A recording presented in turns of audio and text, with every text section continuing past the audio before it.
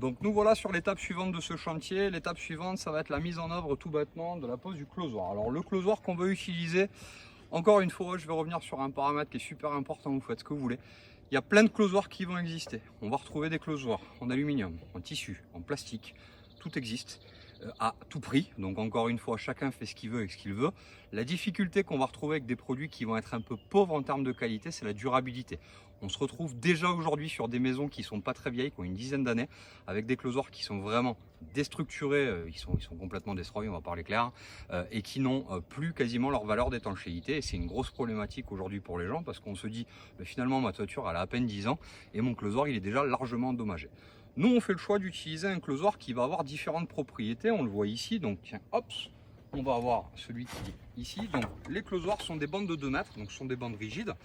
La partie centrale qu'on va retrouver ici, c'est une partie qui est galvanisée. Donc, en fait, vous allez retrouver en fait une zone qui va être une zone de galva, qui va être la pièce en fait de centre. Et vous allez retrouver ce qu'on appelle des accroches. Ça veut dire qu'en fait, ici, on va avoir en fait tout bêtement un élément qui va être moulé directement dessus et qui va donner accès à des bavettes en plomb. Ces bavettes en plomb, nous on préfère les utiliser. Pourquoi? Parce que tout bêtement elles vont avoir une très bonne durabilité dans le temps. Aujourd'hui le plomb en toiture c'est à peu près 80 ans de durabilité, ça laisse un peu de marge. Deuxième paramètre, il y a la pose du closoir et ça c'est quelque chose qui est très important. Souvent le closoir n'est pas collé ou alors il y a ce qu'on appelle des bandes autocollantes. On va être clair, les bandes autocollantes, j'ai rien contre. La difficulté, c'est que sur une toiture comme celle-ci, quand on va couper, il va y avoir un peu de poussière. Et même en passant le coup de balai ou potentiellement la soufflette, il reste toujours un petit peu de poussière. Donc nous, en fait, ce qu'on met en œuvre, c'est tout bêtement sur l'ensemble des tuiles, comme vous pouvez le voir ici.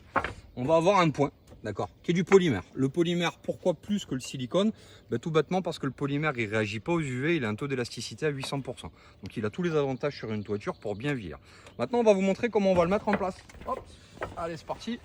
Donc première étape, on s'y met à 2, mais bon d'habitude on va faire clair, on n'est pas à 2. Hein. Ok, on le présente. On va donc mettre un recouvrement sur la pièce jointible.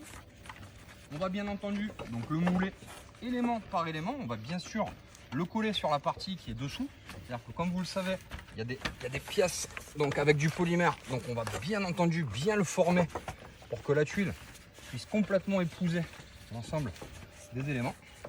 Et pour finir de le fixer provisoirement, on va utiliser un outil pas mal de couvreurs connasse qui va être bien pratique. Donc, je dis bien, c'est une fixation provisoire, vous allez comprendre pourquoi je vous dis ça dans quelques secondes.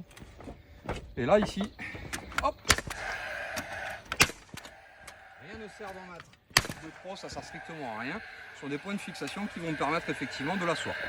Donc ça c'est dans l'attente des faîtières. Derrière les faîtières vont être fixées par dessus, donc elles vont percer en fait l'ensemble et tout va être plaqué.